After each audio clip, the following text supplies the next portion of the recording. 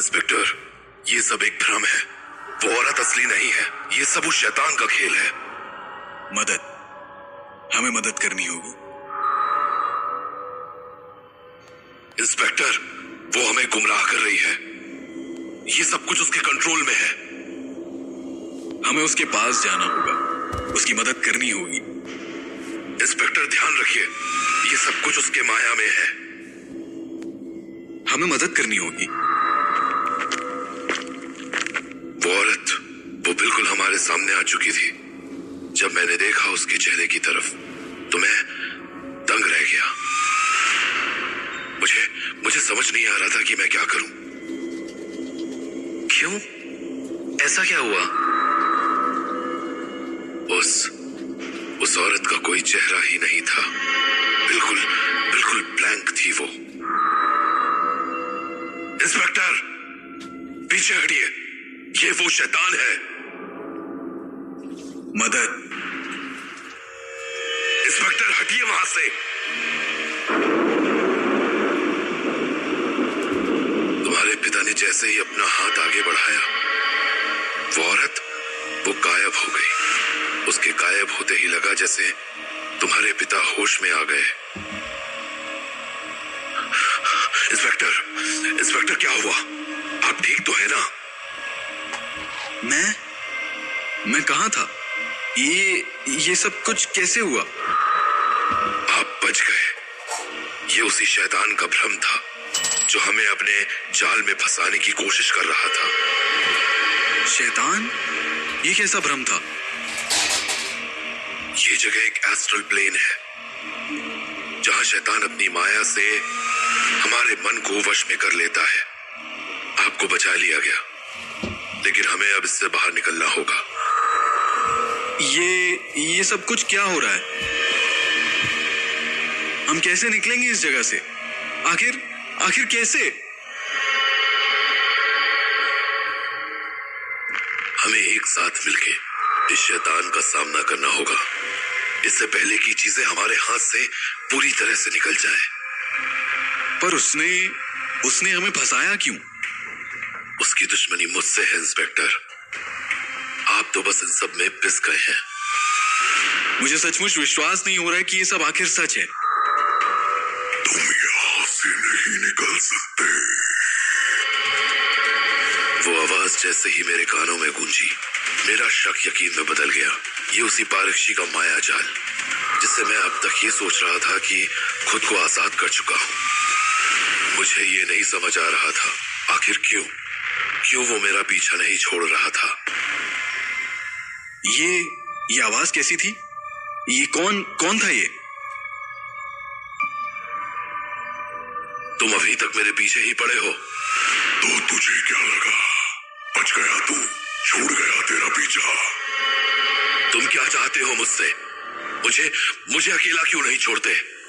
ब्रह्मचारी, तेरे अंदर छुपी दर्द भरी कहानी को मैं जानता हूँ। सच कहूं तो तुझे खुद से भी ज्यादा जानता हूँ। अपनी बकवास बंद कर दे। तेरे दिल में छुपे एक अंधेरे कोने में जो अनकहे ख्याल तूने कैद कर रखे थे, उन सबको मैं खोल चुका हूँ। तेरे दिल में है एक ऐसी सोच जो तू किसी से नहीं कह सकता। क्या बकवास कर रहे हो? तुम झूठ बोल रहे हो। हाँ, मैं झूठ बोल रहा हूँ या तू अपने आप से झूठ बोल रहा है? पता नहीं है तू ये ढोंग करते करते। प्रोफेसर, ये क्या हो रहा है? ये सब उस शैतान का खेल है। ये मेरे दिमाग से खेलने की कोशिश कर रहा है। रामाचारी, तू अकेला है। तेरे अंदर अंधेरा है, एक उदासी है जिसे तू छुपा रहा है। क्यों ना खुद को आजाद कर ले। प्रोफेसर, आप ठीक तो हैं? मैं ठीक हूं। तेरे अंदर का शैतान मुझसे जुड़ा हुआ है। तू अपने आप से भटक रहा है। रामाचारी, तू भी चाहता है अपनी जिंदगी को खत्म करना। उस दिन भी खत्म करना चाहता था जब हमारी पहली मुलाकात हुई थी, है ना? बोल। प्रोफेसर, हमें इसके शैतानी खेल से बाहर निकलना होगा। आप स्ट्रांग हैं, आप इसे हरा सकते हैं। हाँ इंस्पेक्टर, हम इसके खिलाफ साथ मिलकर लड़ेंगे। और इसे हराएंगे। काफी अच्छा लगा तुम दोनों की इस झूठी उम्मीद और हिम्मत दोनों को देखकर। पर बात ये है ना कि अब काफी देर हो चुकी है। तुम क्यों पड़े हो मेरे पीछे? हैरत होती है मुझे तुम्हें देखकर। तुम्हारा अलग होना मुझे तुम्हारी ओर आकर्षित करता है। तुम्हारे अंदर की ऊर्जा, वो चाहिए मुझे। हमें बस बाहर निकलना है। देखो इस सब में इनका कुछ लेना देना नहीं है। इन्हें जाने दो। तुम्हें मैं चाहिए ना, तो मुझे यहां रख सकते हो, पर इन्हें जाने दो। छोड़ दो इन्हें। मैंने कहा ना रामाचारी, अफसोस काफी देर हो गई। अब ये भी यहाँ आ चुका है तो निकलना मुश्किल होगा। ऐसा मत करो, तुम्हारी लड़ाई मुझसे है। चलो मैं एक मौका देता हूँ तुम्हें आजादी जीतने का, पर ये मौका तुम दोनों को मिलेगा। तुम दोनों को आजादी जीतनी है तो जीत लो, लेकिन आपस में ये फैसला करना होगा कि कौन आजाद होना चाहता है, क्योंकि सिर्फ एक ही होगा जो बाहर जा सकता है।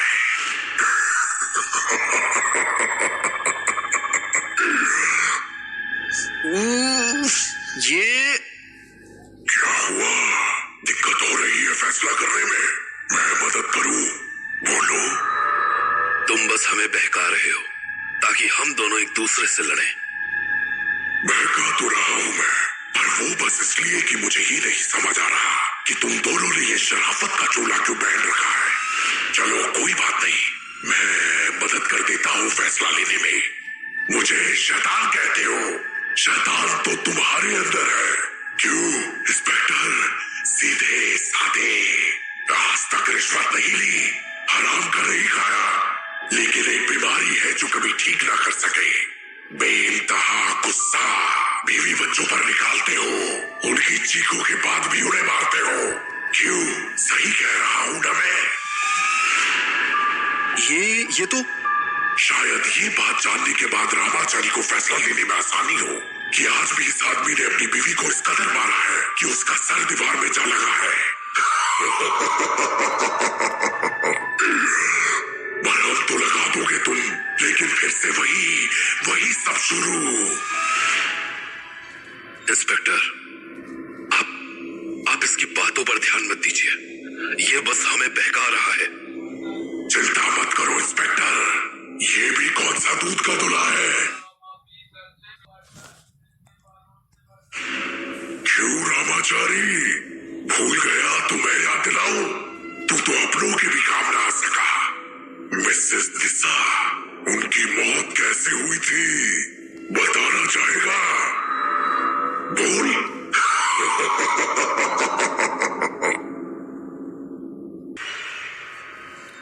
मेरे पिताजी को ब्लड प्रेशर की बीमारी थी। बस यही वजह था कि उनका गुस्सा इतना ज्यादा बढ़ जाता था कि जैसे उन्हें पागल बना देता था। आप जिस किस्से की बात कर रहे हैं वो मुझे अच्छी तरह से याद है। उस दिन कुछ ऐसा हुआ था जिसका मुझे भी जीवन भर मलाल रहेगा। उस दिन पता नहीं मेरे ऊपर भी कौन सा भूत समा गया था। मैंने देखा कि वो मेरी माँ को मार रहे थे। क्या बात थी ये मुझे भी नहीं पता थी। मैं बाहर से आया तो मैंने बस देखा कि माँ जमीन पर गिरी हुई थी और वो उन पर लाठियां बरसा रहे थे। मुझसे वो सब देखा नहीं गया और मैंने उन पर हाथ उठा दिया। बस फिर सन्नाटा पसर गया। उन्हें एक कॉल आया और वो निकल गए। और वो कॉल उन्हें मेरे ही केस के लिए आया था। एक मिनट, पर वो मिसेस दिशा वाली बात, वो किस सच की बात कर रहा था वो शैतान? मिसेस दिशा की मौत में आपका क्या हाथ था? ये बात सच कहूं तो मैं भी नहीं जानता। शायद मेरा हाथ था या फिर नहीं भी। मैं समझा नहीं। ये सब क्या हो रहा है? कोई दिख भी नहीं रहा है, बस आवाजें आ रही हैं। मुझे माफ कर दीजिए इंस्पेक्टर, ये सब मेरी वजह से हुआ। बता रामचारी, बता। तू चाहता तो दिशा को बचा सकता था। बता इंस्पेक्टर को। प्रोफेसर, ये सब क्या कह रहा है? कौन है ये दिशा? बताओ इसे कि कैसे तुमने अपनी जिंदगी के सबसे खास इंसान को मरने दिया। तुम बचा सकते थे उसकी जान, क्यों? बोल रामचारी। चुप हो जाओ, एकदम चुप। मैं वहां कुछ नहीं कर सकता था, कुछ भी नहीं। आखिर ऐसा क्या हुआ था? मिसेस दिशा की मौत एक हादसा थी, एक ऐसा हादसा जो मैं भुलाए नहीं भूल सकता, और वो बस वही रहेगी। मुझे अभी भी याद आया कि आपने शायद मुझसे कहा था कि एक नेचुरल डेथ थी। ऐसा नहीं था नरेश। मतलब आपने मुझसे झूठ कहा था। हाँ, शायद मैं सचमुच उतना अच्छा हूं नहीं जितना ये दुनिया सोचती है। एक रात मुझे एक सपना आया था। सपने में मैंने देखा कि मिसेस दिशा सड़क पर पड़ी हुई है, मेरा नाम पुकार रही है। उनके शरीर से खून बहता जा रहा था। मैं हड़बड़ा कर उठ खड़ा हुआ। उस सपने को देखे एक दिन बीत गया। अजीब बात यह थी, मुझे अगले दिन भी वो सपना अच्छी तरह से याद था। एक एक हुई चीज याद थी। अगले दिन जब मैं उनसे मिला तो मिसेस दिशा चर्च जा रही थी, और उन्होंने वही सेम कपड़े पहने थे जो मैंने उन्हें सपने में पहने हुए देखा था। मुझे अजीब तो लगा, पर मैंने उन्हें कोई रोक टोक नहीं की, उन्हें जाने दिया। फिर क्या हुआ?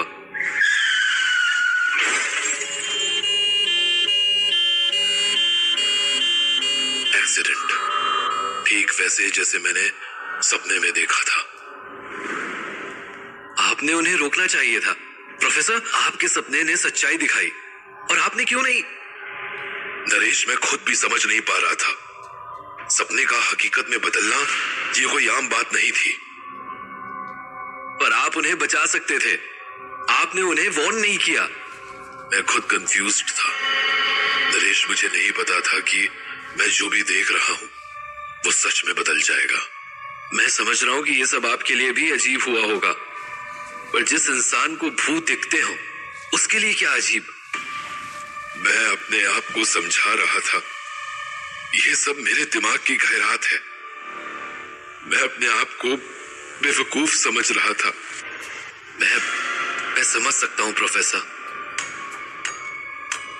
इस बात का मलाल मुझे आज भी है कि शायद मैं जो भी हुआ उसे रोक सकता था। शायद अगर मैं मिसेस दिशा को उस दिन रोक देता तो जाने बच जाती। शायद। प्रोफेसर, हर कोई गलती करता है। आपने जो भी किया उसका दर्द आपके दिल में भी है।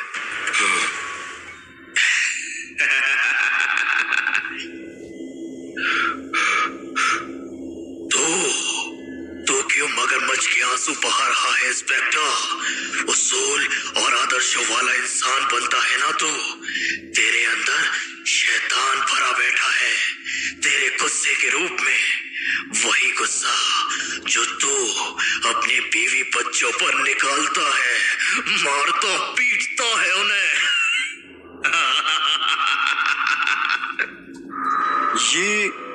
ये सब इंस्पेक्टर देखिए मेरी तरफ। ये सब सिर्फ उसकी चाल है।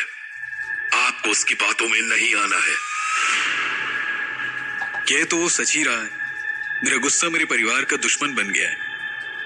इसकी वजह से वो लोग धीरे धीरे ही सही पर मुझसे दूर होते जा रहे हैं। अफसोस, तुम दोनों के अंदर वो शैतान है जो मुझे चाहिए। मुझे उसको तुम्हारे अंदर से बाहर निकालना है ताकि मेरी ताकत और ज्यादा बढ़ सके। तुम्हें जो बोलना है बोलो, हमें बस यहाँ से बाहर निकलना है। यही रास्ता है यहाँ से बाहर निकलने का, इस जाल को तोड़ने का। मैं समझ चुका था कि वो राक्षस क्या चाहता था। हम सबके अंदर कहीं ना कहीं एक बुराई होती है। अब ये हम पर निर्भर करता है कि हम उस बुराई को किस हद तक छुपा सकते हैं। वो हमें उकसा रहा था ताकि हम अपने अंदर की बुरी इच्छाओं को बाहर आने दें, पर वो इसमें नाकाम हो रहा था। उसने काफी कोशिश की, पर मुझे तो कोई असर नहीं हुआ। लेकिन क्या लेकिन तुम्हारे पिता उसकी बातों पर सोचने लगे। उन्हें लगने लगा कि वो सच में एक काफी बुरे इंसान है। वो खुद तो तुम्हारी मां पर किए हुए जुल्मों का गुनहगार मानकर बिल्कुल शांत हो गए थे। इंस्पेक्टर कुछ बोलिए। ये सब इस शैतान का किया धरा है। वो चाहता है कि हम इसी तरह उसकी बातों में आ जाएं। इंस्पेक्टर, होश में आइए, देखिए मेरी तरफ। उसे उसके कर्मों का एहसास हो गया है रामचारी। अब मेरी बात मानो, अपनी इच्छा से अपनी आत्मा मुझे दे दो। ऐसे भी तुम्हें अपनी आत्मा को इतना दूषित कर दिया है कि वो अब इस धरती पर रहने लायक नहीं बची है। इसे मेरे हवाले कर दो। मैं गलत हूं। मैंने अपने लोगों को बहुत दुख दिया है, बहुत तकलीफ पहुंचाई है उन्हें। मुझे सजा मिलनी चाहिए। बात सजा की नहीं, पश्चाताप की है। अपनी रूह मुझे दे दो और अपना पश्चाताप पूरा करो इंस्पेक्टर। मुझे इजाजत दो कि मैं तुम्हारे अंदर आ सकूं।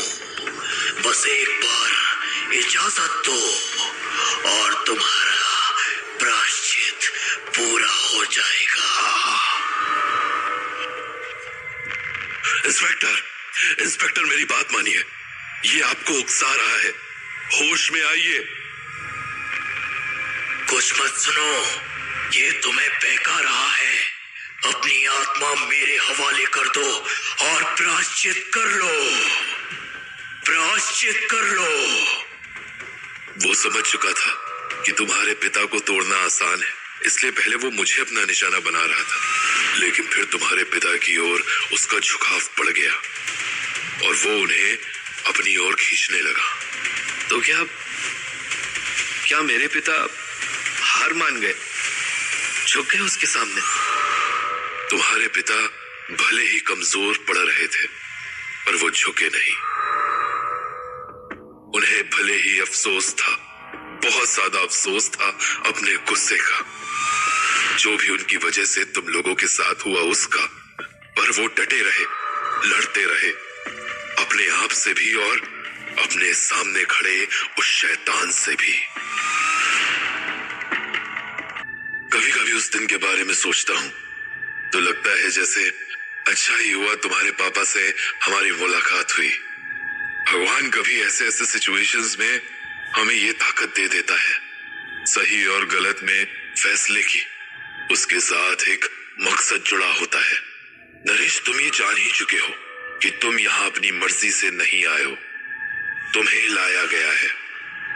जी जानता हूं मैं ये बात। अब मुझे एक बात बताओ नरेश, क्या अभी तक मैंने तुम्हें जो भी बातें बताई, जो भी किस्से सुनाए, उन सब पर तुम्हें भरोसा है? मानते हो सारी बातों को? हाँ, आप ये क्यों पूछ रहे हैं? मेरा जानना जरूरी है। बताओ मुझे, क्या तुम्हें मेरी हर बात पर भरोसा है? मानते हो सारी चीजों को? जी मानता हूं। जोर से बोलो। जोर से? पर क्यों? सवाल नहीं नरेश, मैंने तुमसे जवाब मांगा है। क्या तुम्हें भरोसा है उस दुनिया पर, उस दुनिया के जो राज है उन पर, उन शक्तियों पर जो हमारी भलाई और बुराई दोनों के जिम्मेदार हैं, उन रूहों पर जो भी इस सफर में अकेले हैं और उन पर भी जिन्हें किनारा मिल गया? मैं शुरू से एक बात समझ नहीं पाया कि आखिर मेरा इन बातों पर भरोसा करना इतना जरूरी क्यों है? तुम्हारा सवाल लाजमी है, जवाब जानने का वक्त आ गया है नरेश। उस शैतान की लाख कोशिशों के बावजूद भी जब तुम्हारे पिता डटे रहे तो वो बौखला उठा। वो समझ गया कि हम दोनों उसकी बातों में नहीं आने वाले थे, तो फिर उसने दूसरा रास्ता अपनाया। हाँ, बहुत हो गई बातचीत। अब वक्त आ गया है असली मुकाबले का। रामचारी, मुझे तेरी रूह चाहिए। आज तक मैंने भूतों को अपने वश में किया है, पर जैसी ऊर्जा मुझे तेरी रूह से मिलती है वैसी कहीं नहीं मिली। बस मुझे तेरी रूह चाहिए। अब अगर तू वो मुझे अपनी मर्जी से नहीं देगा तो मैं उसे छीन लूंगा। हाँ, कहाँ गया वो? वो अब चाले चल रहा है इंस्पेक्टर, हमें सावधान रहना होगा। क्यों बेकार में खेल बिगाड़ रहा है रामचारी? चुपचाप खुद को मेरे हवाले कर दे। तू तो अपनी जिद में चला ही जाएगा, पर तेरे जाने के बाद तेरे अपनों के साथ जो होगा वो तू सोच भी नहीं सकता। कायरों की तरह छुपकर बातें करना बंद कर। और जहां तक बात रही मेरे अपनों की, तो ऐसा कोई नहीं है जिसे तू तकलीफ पहुंचा सके। हाँ, ये क्या था? अच्छा, ऐसा कोई नहीं है। चल मान लिया तेरा कोई नहीं है, पर अब जो इस खेल में तू अपने साथ इस इंस्पेक्टर को भी ले आया है, उसका क्या? इसके पीछे तो लोग हैं ना, इसका परिवार है ना।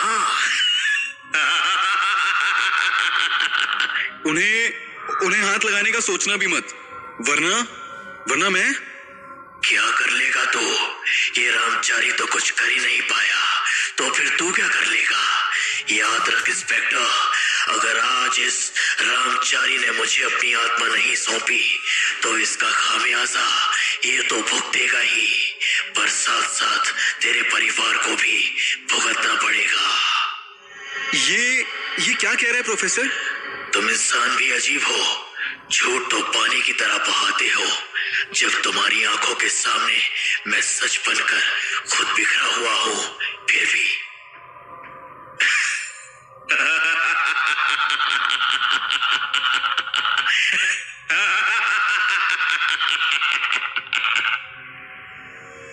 पारक्षी, हाँ, क्या बोला तूने? यही है ना तेरा नाम? क्या हुआ? सोच रहा है कि मैं कैसे जानता हूं तुझे? मुझे सब पता है, तेरे बारे में हर एक बात जानता हूं मैं। सुनकर अच्छा लगा। अब कम से कम तुझे ये तो पता होगा कि तेरी जान लेने वाला आखिर है कौन। मैं ये भी जानता हूं कि तू इस दुनिया में अब सिर्फ कुछ ही घंटों का मेहमान है। तुझे यहाँ सिर्फ भद्रकाल तक रहने की इजाजत मिली थी, जो कि कुछ घंटों में खत्म हो जाएगा। फिर तो किसी का कुछ नहीं बिगाड़ सकता। हाँ, वाह रामचारी, मेरे बारे में तो तू काफी कुछ जानता है। मुझे अच्छा लगा ये जानकर। तुझे आखिरी चेतावनी दे रहा हूं, अपनी रूह मेरे हवाले करेगा या नहीं? बोल रामचारी। नहीं, तुझे खाली हाथ ही वापस लौटना पड़ेगा। यहां तेरे लिए कुछ भी नहीं है।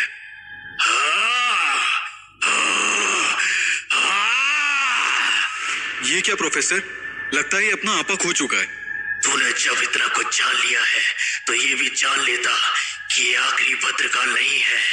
रामचारी, चाहे जितना भी वक्त लगे, जब भी दूसरा भद्रकाल चढ़ेगा मैं आऊंगा, अपना अधूरा काम पूरा करूंगा। इस इंस्पेक्टर से जो वादा किया है आखिर उससे भी तो निभाना है। ध्यान से इंस्पेक्टर, अपनी नजर चारों तरफ रखिएगा। तब तक के लिए ये ले। प्रोफेसर, आपके पीछे। हाँ! नहीं।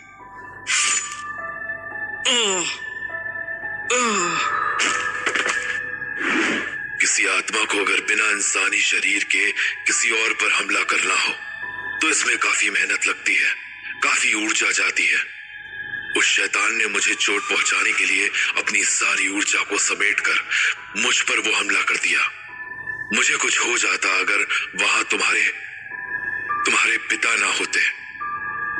वो बीच में आ गए और उस शैतान ने उनकी जान ले ली। इंस्पेक्टर, ये आपने क्या किया? प्रोफेसर, मैं एक अच्छा आदमी नहीं हूं। मुझे लगता है कि इस दुनिया में मुझसे ज्यादा आपको भी जिंदा रहने की जरूरत है। लोगों का भला करने की जरूरत है। इंस्पेक्टर, ये आप कैसी बातें कर रहे हैं? हिम्मत मत हारिए, हम कुछ करते हैं। नहीं प्रोफेसर, मेरा बुलावा आ गया है। फिर से तू बच गया रामचारी, और तेरी जगह किसी और को लेनी पड़ी। ये कहानी अभी खत्म नहीं हुई है रामचारी। मैं फिर आऊंगा, अधूरा काम पूरा करने मैं फिर आऊंगा।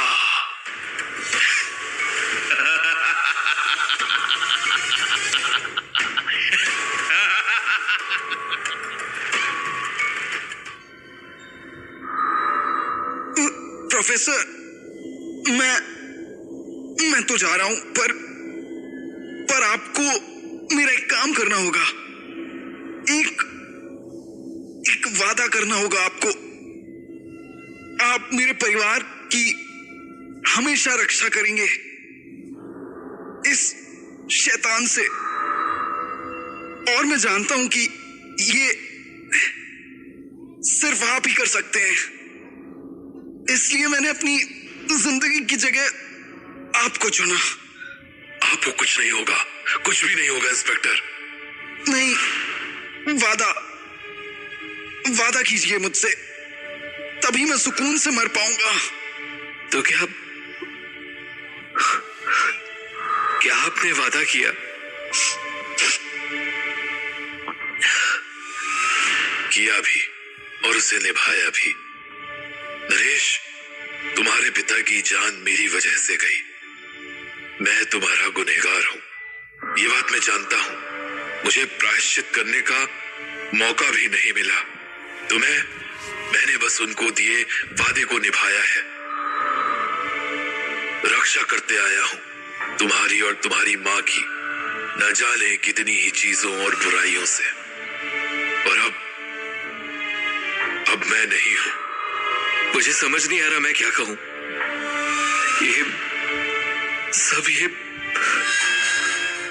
ये सब आपने हमें बताया क्यों नहीं कभी? मैं जानता हूं ये सब अचानक से जानकर तुम्हें समझ नहीं आ रहा होगा कि क्या हो रहा है। वक्त दो खुद को। और मुझे कभी माफी मांगनी थी तुमसे, पर कभी मौका ही नहीं मिला।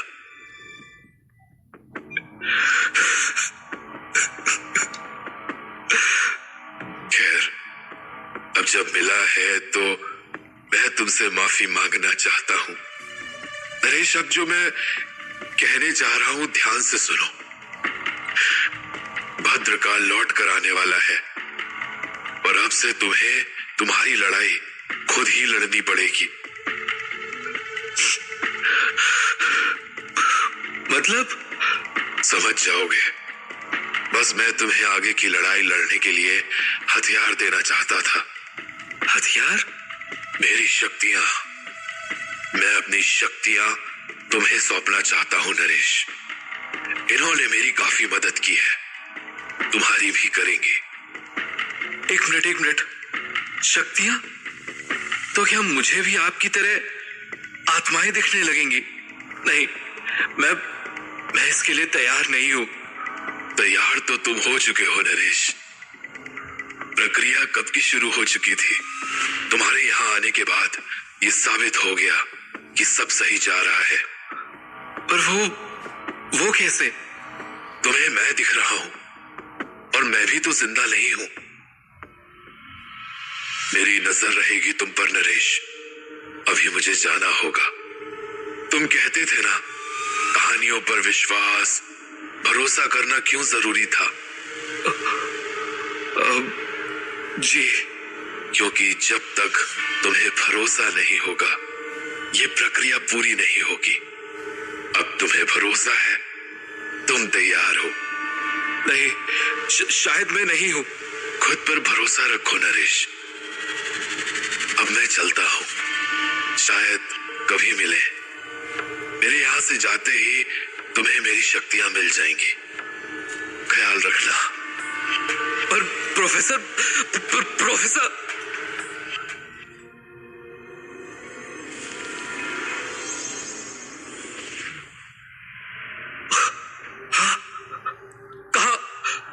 कहाँ गए वो?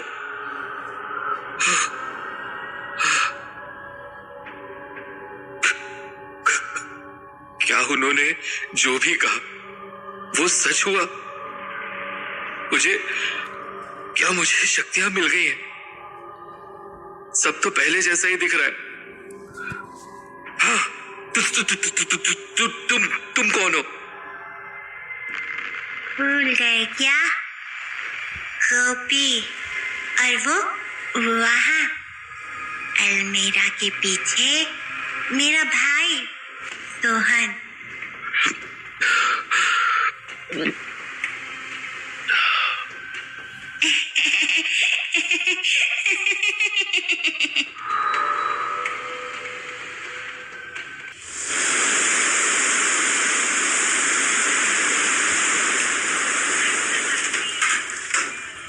बोलो नरेश, आगे क्या हुआ? क्या बोलूं डॉक्टर, मैं पिछले 1.5 महीने से आपके पास आ रहा हूं और आप मुझसे सिर्फ यही बात पूछते हो, क्या हुआ क्या हुआ। मेरा सर फट रहा है। जहां देखता हूं आत्माएं नजर आती हैं, सपने में अजीब अजीब सी आवाजें आती हैं। Please doctor, do something. Naresh, मैं तुम्हारी मदद ही कर रही हूँ। नरेश, ये तुम्हारी कोई मदद नहीं करेंगे। इनको विश्वास नहीं है तुम पर। मेरी सारी शक्तियां अब तुम्हारे पास है। यहाँ बैठकर वक्त मत गवाओ। भद्रकाल आ रहा है, जल्दी जाओ। ये आवाज! क्या हुआ नरेश, बोलो। डॉक्टर, मुझे फिर से प्रोफेसर की आवाज सुनाई दे रही है। डॉक्टर, प्लीज कुछ कीजिए। Relax Naresh, relax. खुद को काम रखने की कोशिश करो, तुम कर सकते हो। Relax, relax. हाँ, ठीक हूं मैं। गुड। पर डॉक्टर, ये आवाजें फिर आएंगी। मुझे सच में आत्माएं दिखती हैं। I do believe you Naresh. अच्छा बताओ, अभी यहाँ कोई आत्मा है? हाँ, ठीक आपके पीछे, बड़े बड़े बाल। क्या? और क्या दिख रहा है? पेशेंट के कपड़ों में है डॉक्टर। तो पूछकर बताओ यहाँ क्यों है वो? नहीं डॉक्टर, मैं नहीं। नरेश, तुम्हें अपनी मदद करनी है तो पूछना पड़ेगा। पूछो और देखो, वो तुम्हारा सिर्फ भ्रम होगा और कुछ नहीं। ये मेरा भ्रम नहीं है डॉक्टर, वो बहुत दर्द में है। ठीक है, तो मैं पूछता हूँ, आपका नाम? ईरा। ईरा? ईरा? इस नाम की पेशेंट ने तो यही छत से सुसाइड किया था। नरेश को ये नाम कैसे पता? क्या हुआ डॉक्टर, क्या सोचने लगी आप? कुछ नहीं, कुछ नहीं। उससे पूछो यहाँ किस लिए आई है। आप यहाँ क्यों आई हो? मुझे मेरे पति ने यहाँ फंसाया था। मैं पागल नहीं थी, मुझे पागल बनाया गया और यहाँ के डॉक्टर सुरेश के साथ मिलकर मुझे रात को छत से फेंक दिया गया। क्या हुआ नरेश, क्या कहा उसने? वो कह रही है कि उसे यहाँ फंसाया गया था। वो पागल नहीं थी, उसे पागल बनाया गया और यहाँ के एक डॉक्टर सुरेश के साथ मिलकर उसे रात को छत से फेंक दिया गया। ये बात तो सिर्फ हॉस्पिटल के कुछ लोग जानते हैं और हॉस्पिटल बंद ना हो जाए इसलिए इसे दबाया गया। इसका मतलब तुम्हें सच में आत्माएं दिखती हैं। तुम क्या चाहती हो? मेरी ये कहानी लोगों तक पहुंचाना, दुनिया को और मेरे बच्चों को पता चल जाए कि मैं पागल नहीं थी। मैंने पागलपन में किसी को नहीं मारा, बल्कि मेरे पति और डॉक्टर सुरेश ने मिलकर मुझे मारा है। मुझे बस इससे मुक्ति मिल जाएगी। ठीक है, ऐसा ही होगा। क्या होगा? क्या बोल रहे हो नरेश? डॉक्टर, हमें ईरा का सच सामने लाना ही होगा। डॉक्टर, हमें उसकी मदद करनी होगी। हम करेंगे मदद नरेश, ईरा की भी और तुम्हारी भी। मैं जा रही हूँ, मेरा वक्त आ गया है नरेश। मुझे पता है अरे पर मुझे पता है नरेश, और जो शक्तियां तुम्हें मिली हैं उससे डरो मत, लोगों की मदद करो। क्या हुआ नरेश? वो चली गई, हमें उसकी मदद करनी पड़ेगी डॉक्टर। हाँ करेंगे। अब एक बार अपनी कहानी बताओ, इस बार मैं तुम्हारा साथ दूंगी। मुझे यकीन हो गया तुम पर। और कितनी बार डॉक्टर? नरेश, अब तक मुझे लग रहा था ये सब तुम्हारे दिमाग में है बस, पर अब समझ आया ऐसा नहीं है। अब मैं तुम्हारी मदद जरूर करूंगी। बताओ नरेश, फिर प्रोफेसर के जाने के बाद क्या हुआ था? प्रोफेसर के जाने के बाद? नहीं नहीं, मुझे नहीं देखना तुम लोगों को। मुझे ये शक्ति नहीं चाहिए। नहीं चाहिए? अब तो ये तुम्हारा हिस्सा है, अब कुछ नहीं हो सकता। मैं जा रहा हूँ, मैं यहाँ कभी नहीं आऊंगा। रुको, तुम ऐसे नहीं जा सकते। क्यों नहीं जा सकता मैं? हाँ, क्यों नहीं जा सकता? प्रोफेसर ने क्या कहा था सुना नहीं? अब प्रोफेसर नहीं है, तुम्हें और तुम्हारी माँ को बचाने के लिए, और भद्रकाल आने ही वाला है। तुम्हें हमारी जरूरत पड़ेगी। मुझे किसी की जरूरत नहीं है।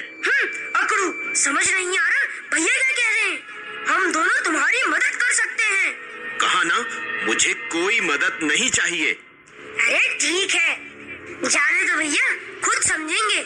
नहीं गोपी, तू भूल गया प्रोफेसर ने हमारी कितनी मदद की थी, और अपने आखिरी वक्त में हमसे सिर्फ एक ही मदद मांगी थी कि हम दोनों को उनके बाद नरेश और उसकी माँ का ख्याल रखना है। अभी ये समझ नहीं पा रहा है, पर हम दोनों तो समझ रहे हैं ना? हाँ भैया।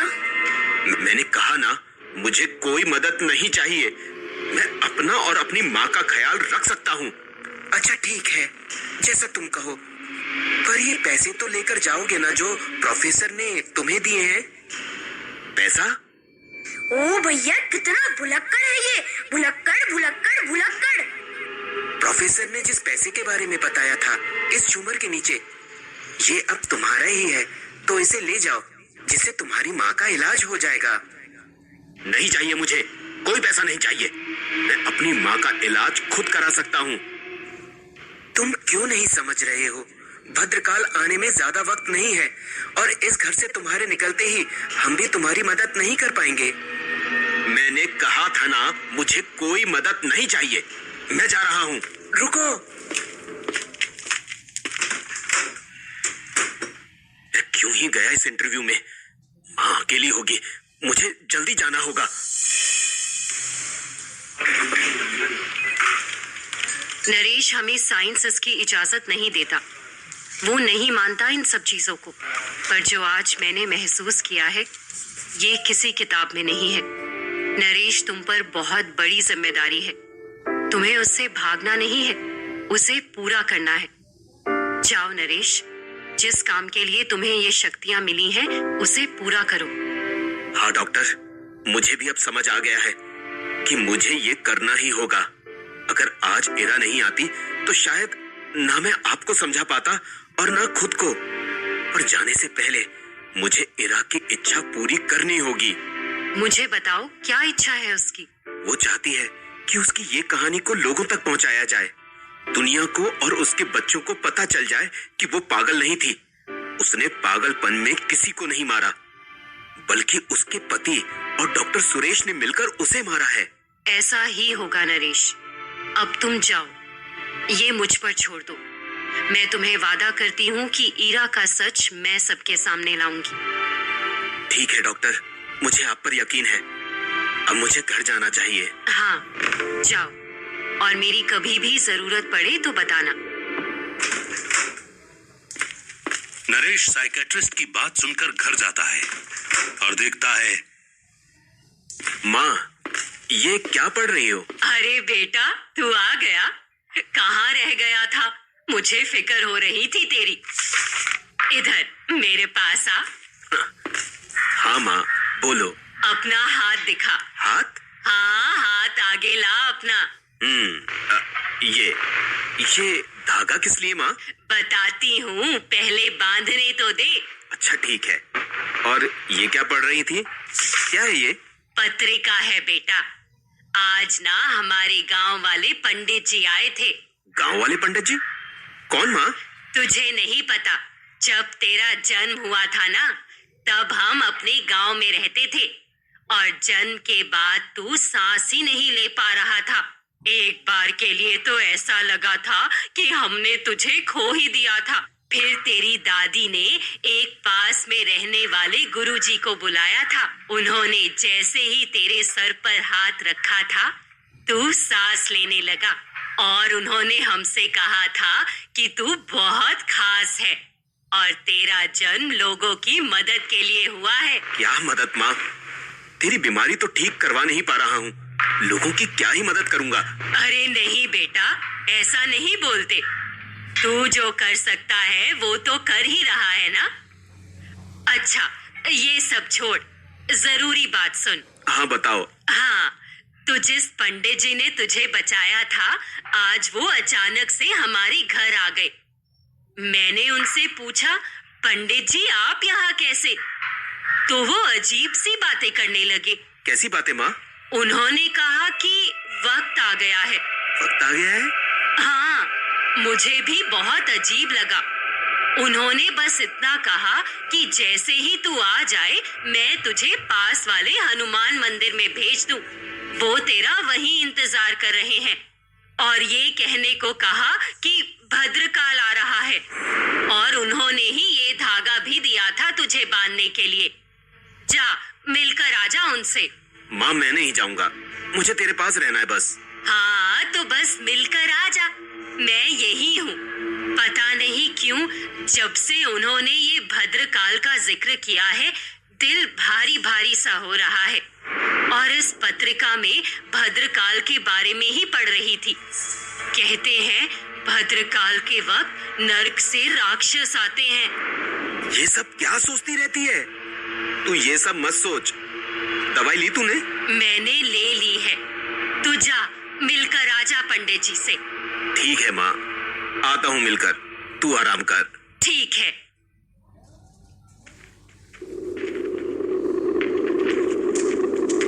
मंदिर तो आ गया, अब कहाँ ढूंढूं? कैसे पता चलेगा कौन है पंडित जी? इधर, यहाँ हूँ मैं। आप ही पंडित जी? हाँ, मैं ही हूँ नरेश। हाँ, वो माँ ने बताया था कि आप मुझे। बताने की जरूरत नहीं है, मुझे पता है मैंने क्या कहा था तुम्हारी माँ से। जी कहिए, क्यों बुलाया है आपने? ये बताने के लिए कि तुमने सही नहीं किया है नरेश। क्या सही नहीं किया है? प्रोफेसर की बात न मानकर तुम्हें अंदाजा भी नहीं है कि तुम्हें बचाने के लिए, सिर्फ वो वादा निभाने के लिए क्या किया गया है। मुझे सब पता है और इसीलिए मुझे अब किसी और पर अपनी जिम्मेदारी नहीं डालनी। पहले पापा, फिर प्रोफेसर। देखो बेटा, ये तुम्हारी नियति है जिसे तुम्हें कबूल करना ही होगा। कौन सी नियति? सही वक्त आने पर वो भी पता चल जाएगा। फिलहाल तुम्हें सोहन और गोपी की बात माननी चाहिए, क्योंकि अभी वही है जो तुम्हें प्राक्षी से बचा सकते हैं। आप इतना सब कैसे जानते हैं? इसके पीछे एक कहानी है जो तुम्हारे जन्म के साथ जुड़ी हुई है नरेश। फिर से कहानी? मुझे अब कोई कहानी नहीं जाननी, मुझे बस इन सब से छुटकारा चाहिए। तुम्हें चुना गया है इसके लिए। तुम चाहकर भी इन सब से छुटकारा नहीं पा सकते। मैं आपके आगे हाथ जोड़ता हूँ पंडित जी, मुझे इन सब से निकलने का तरीका बताइए। ठीक है, पर उसके लिए तुम्हें तुम्हारी वो जन्म से जुड़ी कहानी जाननी होगी, जिसकी वजह से तुम्हें इन सब में जोड़ा गया है। उसके बाद तुम चाहो तो इन सब से अलग हो सकते हो। हाँ, आप बताइए क्या कहानी है, मुझे जानना है और इन सब से बाहर निकलना है। ठीक है, तो सुनो। ये कहानी सिर्फ तुम्हारे जन्म से जुड़ी नहीं है, बल्कि तुम्हारे ही जन्म की है। और आज जो भी हो रहा है, चाहे वो प्रोफेसर हो, तुम्हारे पापा हो, या तुम्हारी ये हालत, ये सब उसके कारण ही है नरेश। मतलब समझा नहीं, साफ साफ समझाइए पंडित जी। जिससे तुम भागना चाहते हो ना, वो परिस्थिति तुम्हें लग रही है कि तुम पर थोपी जा रही है, वो दरअसल तुम्हारे जन्म से ही निश्चित है, नियति है, सत्य है। अगर तुम्हारा जन्म नहीं होता तो आज ऐसा कुछ नहीं होता। मतलब मेरे पापा की मौत, मेरी माँ की हालत, सब मेरी वजह से ही हुआ है। और वो प्रोफेसर भी मेरी वजह से। प्रोफेसर की तो नियति है, वही नियति जो तुम्हारी है। मुझे कुछ समझ नहीं आ रहा, आप शुरुआत से बताइए सब। ठीक है, तो सुनो। तुम्हारी माँ ने तुम्हें बताया तो होगा कि तुम अपने जन्म के बाद सांस नहीं ले रहे थे। हाँ, आज ही बताया उन्होंने। और क्या क्या बताया है तुम्हारी माँ ने नरेश? बस इतना ही। बस इतना ही? मतलब कुछ नहीं बताया है। चलो मैं बताता हूँ। जब तुम्हारा जन्म हो रहा था, तब भद्रकाल का समय चल रहा था नरेश। भद्रकाल का समय? हाँ, भद्रकाल का समय। और वो भी कोई ऐसा वैसा काल नहीं, पूरे 1000 साल में एक बार ही ऐसा समय आता है। और इस समय को टालने के लिए ही मैं पिछले 10 दिन से पूजा कर रहा था, बिना खाए पिए। और फिर क्या हुआ? आप चुप क्यों हो गए? ये आवाज सुन पा रहे हो नरेश? कौन सी आवाज? समय आ गया है नरेश। पंडित जी, आप कहानी सुनाइए, आगे क्या हुआ? आप 10 दिन से पूजा कर रहे थे, फिर? ये कहानी नहीं है नरेश, हकीकत है। माफ कीजिएगा, मेरा वो मतलब नहीं था। हाँ तो फिर उसी वक्त तुम्हारी दादी आई मेरे पास, और बाहर खड़े मेरे चेलों के रोकने के बावजूद मेरे पूजा स्थल पर आकर मुझसे कहने लगी, पंडित जी जागिए, मेरा पोता सांस नहीं ले रहा है। पंडित जी उठिए, पंडित जी। अच्छा है, उसे सांस लेनी भी नहीं चाहिए। क्या? ये आप क्या कह रहे हैं? तुम्हारा पोता कोई मामूली बच्चा नहीं है, एक प्राक्षी का मानव रूप है। क्या? हाँ, आज भद्रकाल का समय है, वो भी 1000 साल में एक बार आने वाला। आज जिस समय में तुम्हारे पोते ने जन्म लिया है, वो और कोई नहीं, मानव रूप में प्राक्षी है। अगर वो जीवित हो गया तो धरती पर प्राक्षियों के वंश की उत्पत्ति का कारण बन सकता है, इसीलिए उसका सांस न लेना ही अच्छा है। नहीं पंडित जी, ऐसा मत कहिए। इतने सालों बाद, इतनी मन्नतों और दान पुण्य के बाद एक पोता हुआ है, अब उसे भी खो दूंगी तो मेरा वंश ही खत्म हो जाएगा। तो क्या चाहती हो? तुम्हारा वंश बचाने के लिए मैं संसार को खतरे में डाल दूं? ना पंडित जी, मेरे राम जानते हैं मैं ऐसा बिल्कुल नहीं चाहती। बस मेरे पोते को बचा लीजिए। कोई तो तरीका होगा उसे इस संकट से निकालने का। है,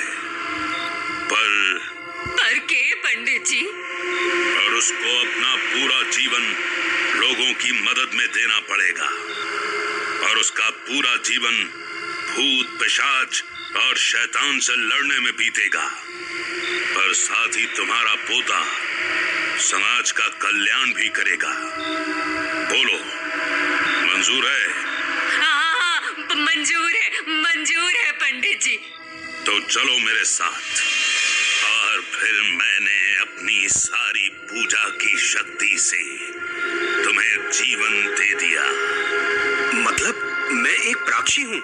हाँ, आधा प्राक्षी, आधा इंसान। जब तक तुम्हारे अंदर इंसानियत रहेगी, तुम इंसान ही रहोगे नरेश। पर प्रोफेसर ने मुझे इस बारे में कुछ क्यों नहीं बताया? क्योंकि उन्हें इस बारे में कुछ पता नहीं था। उन्हें तो ये तक नहीं पता था कि वो भी आधे प्राक्षी ही थे। तुम्हें क्या लगता है, जिस भयानक हादसे से कोई नहीं बचा, उससे प्रोफेसर कैसे बचे थे अपने बचपन में? पर उन्हें तो उस घटना के बाद भूत दिखने लगे थे, पर मुझे तो कभी नहीं दिखे। फिर तुम्हें प्रोफेसर कैसे दिखे और उनके बाद सभी कैसे दिखने लगे नरेश? धरती पर एक वक्त पर एक ही इच्छाधारी प्राक्षी रह सकता है और उनके जाते ही अब तुम हो वो इच्छाधारी प्राक्षी नरेश। तुम्हें क्या लगता है, वो प्राक्षी बार बार क्यों कहता था कि उसे प्रोफेसर के अंदर एक अलग रोहिणी दिखती थी? प्रोफेसर ने हार नहीं मानी और उनकी इंसानियत हमेशा उन्हें बचाती रही। अब तुम्हारी बारी है। तुम्हें हार नहीं मानना है, क्योंकि तुम्हारे हार मानते ही सबसे पहले तुम्हारी माँ की जान जाएगी और फिर और सभी की जो अच्छे हैं, जिनके अंदर इंसानियत है नरेश। पंडित जी, ये आप क्या कह रहे हैं? ये सच नहीं हो सकता। मैं इंसान हूँ, मुझे कोई प्राक्षी वगैरह नहीं बनना। मुझे सिर्फ अपनी माँ का ख्याल रखना है। बेटा, यही तुम्हारी नियति है। पर पंडित जी, अब तुम घर जाओ नरेश। भद्रकाल शुरू होने वाला है। इतना ध्यान रखना, अपनी इंसानियत कभी मत भूलना। जाओ, अपनी माँ के पास जाओ। ठीक है पंडित जी, पर मुझे फिर आपकी मदद चाहिए होगी, तो मैं कैसे मिलूंगा आपसे? मैं अब तुम्हारी कोई मदद नहीं कर सकता। अब तुम्हारी मदद सिर्फ वो दो भूत, गोपी और सोहन कर सकते हैं। जब भी तुम्हें लगे कि तुम्हें कुछ समझ नहीं आ रहा, तो उनके पास चले जाना नरेश। वो दोनों तुम्हारी मदद करेंगे। मेरा काम खत्म हुआ। अब मेरा आशीर्वाद हमेशा तुम्हारे साथ रहेगा बेटा। अरे, कहाँ चले गए पंडित जी? पंडित जी, ये अचानक गायब कैसे हो गए? अरे भाई, जब से देख रहा हूं खुद से ही बात किए जा रहे हो। पागल वागल हो क्या? क्या? अरे खुद से क्या पंडित जी से बात कर रहा था? कौन पंडित जी? पंडित जी तो अंदर मंदिर में हैं। अरे मेरे गांव के पंडित जी थे। क्या बोल रहे हो? दिमाग खराब है क्या? एक तो जब से खुद से बात किए जा रहा है और अब कह रहा है कि पंडित जी से बात कर रहा था। पता नहीं क्या नशा कर लिया है। समझ गया। तभी नरेश के कान में आवाज आती है। समझ गया। ये हंसी और आवाज सुनकर नरेश कांप जाता है। नरेश सीधे अपनी माँ के पास जाता है और देखता है कि उसकी माँ कुर्सी पर बेहोश बैठी होती है। माँ, माँ, अरे ये क्या हुआ? बोलो ना, क्या हुआ तुम्हें माँ? पानी कहाँ है? कहाँ रख दिया पानी। हाँ हाँ हाँ, मिल गया। माँ माँ, हाँ, क्या हुआ था आपको? आराम से उठो। क्या हुआ था मुझे बेटा? पता नहीं, तुम कुर्सी पर बेहोश हो गई थी। तुम ठीक तो हो ना? हाँ, पता नहीं मैं बेहोश कैसे हो गई। तुमसे कितनी बार कहा है माँ, अपना ख्याल रखा करो, दवाई टाइम पर लिया करो, और तुम हो सुनती ही नहीं हो। आराम क्यों नहीं करती हो? और कितना आराम करूं, दिन भर तो आराम ही करती हूँ। चल हट, तूने कुछ खाया? नहीं माँ, अब मैं खा लूंगा, तू बस आराम कर। हाँ, पहले तुझे खिला दूं, मुझे अपने आप आराम मिल जाएगा। ठीक है, चल दोनों साथ में खाते हैं। खा लो, फिर मौका मिले या ना मिले। कौन कौन? क्या कौन? मैं हूँ, तेरी माँ। अरे कुछ नहीं माँ, ऐसे ही। चलो खाना निकालो, बहुत भूख लगी है। चल। हाँ, अच्छा बना है माँ। दोनों खाना खा ही रहे होते हैं कि तभी अचानक से माँ की छाती में दर्द हो जाता है और वो जोर से चिल्लाती है। अरे माँ माँ, क्या हुआ तुझे? पता नहीं, मेरे छाती में बहुत दर्द हो रहा है बेटा। चल चल, तुझे हॉस्पिटल लेकर चलता हूँ। इतना समय नहीं है शायद बेटा। नहीं नहीं, सब ठीक हो जाएगा। चल, मैं तुझे लेकर चलता हूँ। नरेश जैसे ही माँ को गोद में उठाता है, तभी नरेश को दिखता है कि जो काला धागा पंडित जी ने नरेश को दिया था, वैसा ही धागा माँ के पास गिरा हुआ था। वो समझ गया कि धागा माँ के हाथ से निकल गया है और वो झट से उसे माँ को पहनाने लगता है। ये धागा निकल गया था तुम्हारे हाथ से?